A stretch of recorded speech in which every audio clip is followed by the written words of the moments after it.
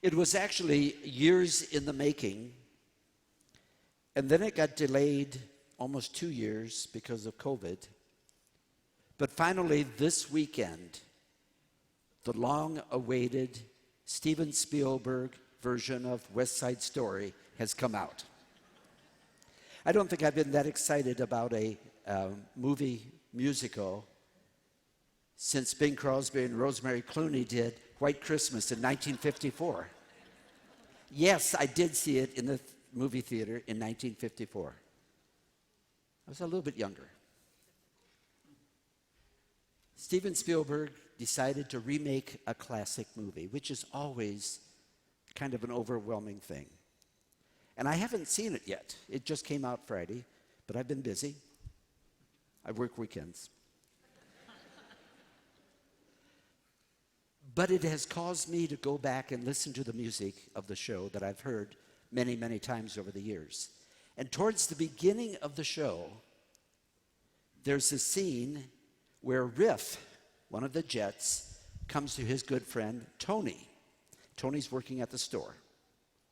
And Riff tries to talk Tony into getting back with the Jets and come to the dance because that's when they're going to declare a council with the Sharks, the other gang.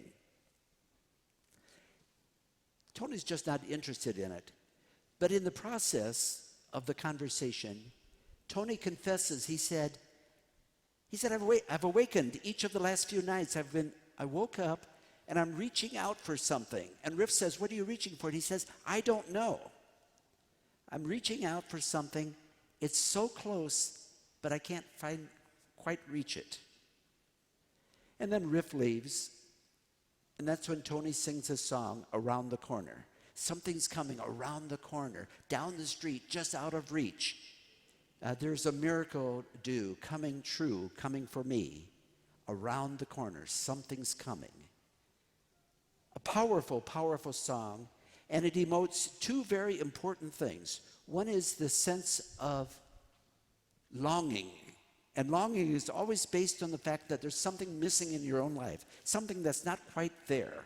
So there's a sense of longing in this song. But the other one is anticipation. It's coming. What I'm longing for is coming. I call these the twin emotions of Advent, longing and anticipation. And they are so incredibly well reflected in the gospel passage from Luke that I just read to you. Spoiler alert. Tony does go to the dance at the gym. And he meets Maria. Oh, I gave it away. He meets Maria. And life is changed for him. So the thing he was longing for and that anticipation come together. We have the crowd. We have the tax collectors. We have the soldiers. They're all coming to John the Baptist. He's out there baptizing with water. And they say, what should we be doing? If there's someone coming around the corner, and John has been announcing, one greater than I is coming. They say, what should we do? It reflects what should be going on in our own hearts right now. What should we be doing? We've got only 2 weeks left, less than 2 weeks till Christmas.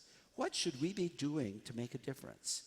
And if Tony went to the dance, we have to go to the dance. And not literally, but it's that old thing, seek the Lord where he can be found.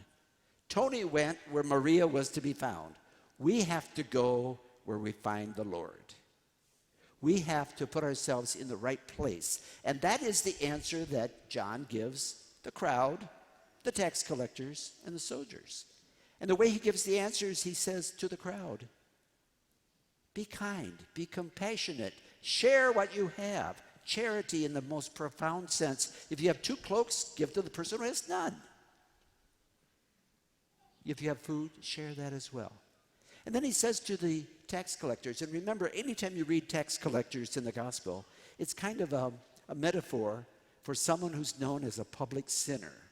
These were people who had basically sold out to Rome. They were collecting taxes for the evil empire, but they also were pretty notorious for being thieves themselves, and they would ask for more money than really was supposed to be done, and they'd pocket the rest of it.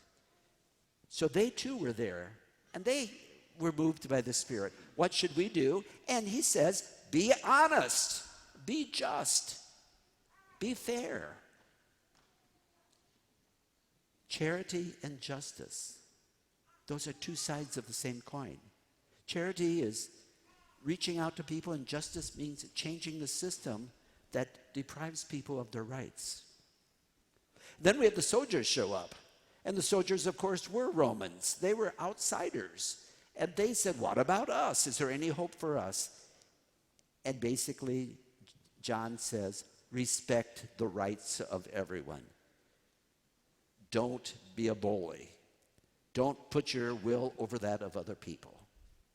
So what he's really saying is, you prepare yourself to go where the Lord can be found, and you go inwards to where there's charity and justice and respect and rightfulness. And when you do that, that's when you are not only prepared to receive the Lord, but the Lord will be found. Go to the dance. That's where the change begins. This is Gaudete Sunday. Gaudete in Latin simply means rejoice. As a kid, I always thought rejoice because Christmas is really close. But it's more than that. And it's not just rejoice because the Messiah is among us. That would be profound, and it is profound.